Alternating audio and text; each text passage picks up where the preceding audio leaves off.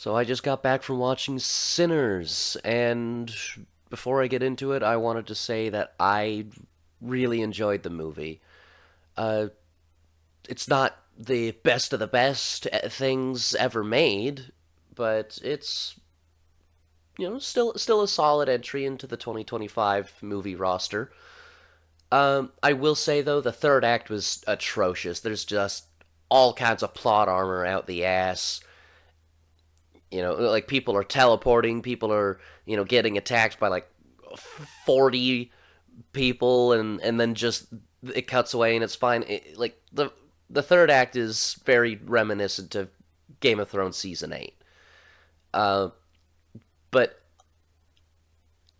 unlike Game of Thrones season 8, there were at least, character moments in there that mattered and uh a relatively satisfying ending. Everything leading up to that, though, was superb. Not perfect. There's a couple discrepancies between people saying things and a couple confusing costume choices if you pay too much attention to the background, which was very upsetting for my girlfriend because that um, she thought that one character was teleporting around, but it was actually just two separate characters that happened to be wearing similar clothes. So now, materially, that makes perfect sense. Some people are just going to wear the same clothes, but from a costume design standpoint, kind of weak. But beyond that, like for all of the main important characters, the costume design is pretty solid. Everyone has a unique personality in the way they carry themselves, in the way that they're dressed, and even the twins, the Smokestack twins, they're both wearing suits, but one wears a cap and the other a fedora, and their shirts are color coordinated with their hats, which means even when they're dressed down, you could still tell them apart, even though they're both Michael B. Jordan. Yeah, definitely a very fun movie. And I there's too much going on in the movie for me to say, oh, it's just an action horror movie. But I think what it was they were trying to say something about the spirit of music and its transcendent nature. Uh, I'll get into spoilers now so that I can actually explain what I mean without just leaving it vague and obvious. Uh, because while they're playing music at it's basically a speakeasy. While they're playing music there, the spirits of the past and the future all come together because the music is so pure, it's so soulful that spirits from the past and the future all come together to play music and to dance. And I don't like a lot of the music that was presented, but I think on further reflection, it does really show like yes, music is an expression of one's inner self, and so yeah, there is this transcendent nature to music, and it invites the vampires over because they hear the music. They hear just how pure and perfect this music is, and it attracts them to the place, and so now they have to, well want to rather, infiltrate the place and bring everyone into their little hive mind family. Now onto the vampires. I was a little worried at first that they were going to go with some racist metaphor for American assimilationism.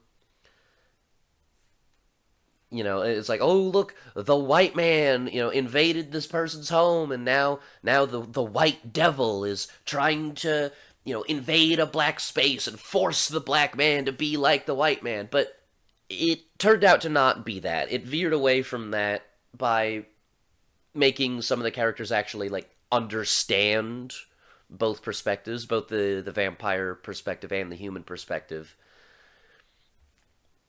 but still fundamentally the sides have been drawn. And the vampires are actually somewhat relatable now that they share each other's memories. And um, the Irish one, the leader especially, he shares this experience of being hunted and persecuted, and so he feels that he can relate to the black folks at the bar, uh, which is why he wants to invite them into his family by killing them and drinking their blood and turning them into vampires.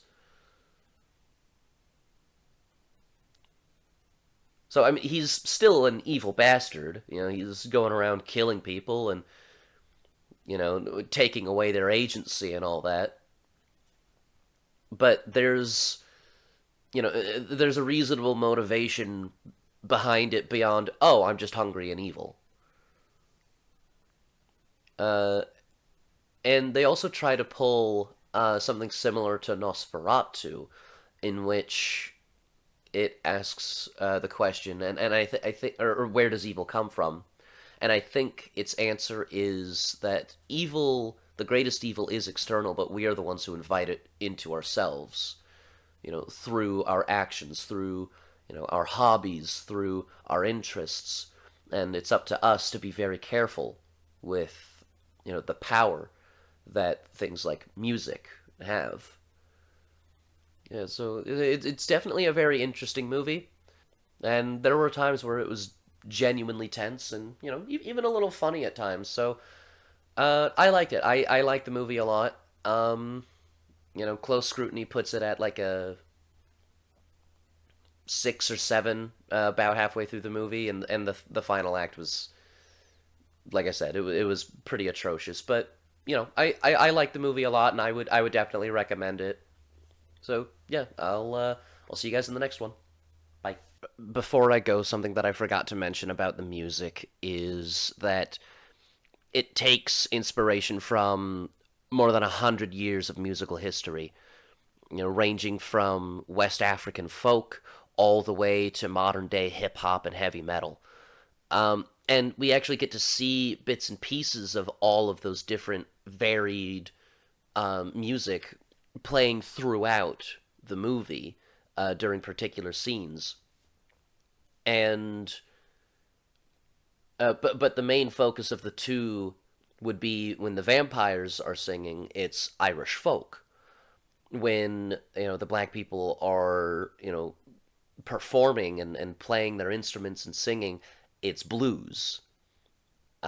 Two very culturally important pieces of music for both of these communities.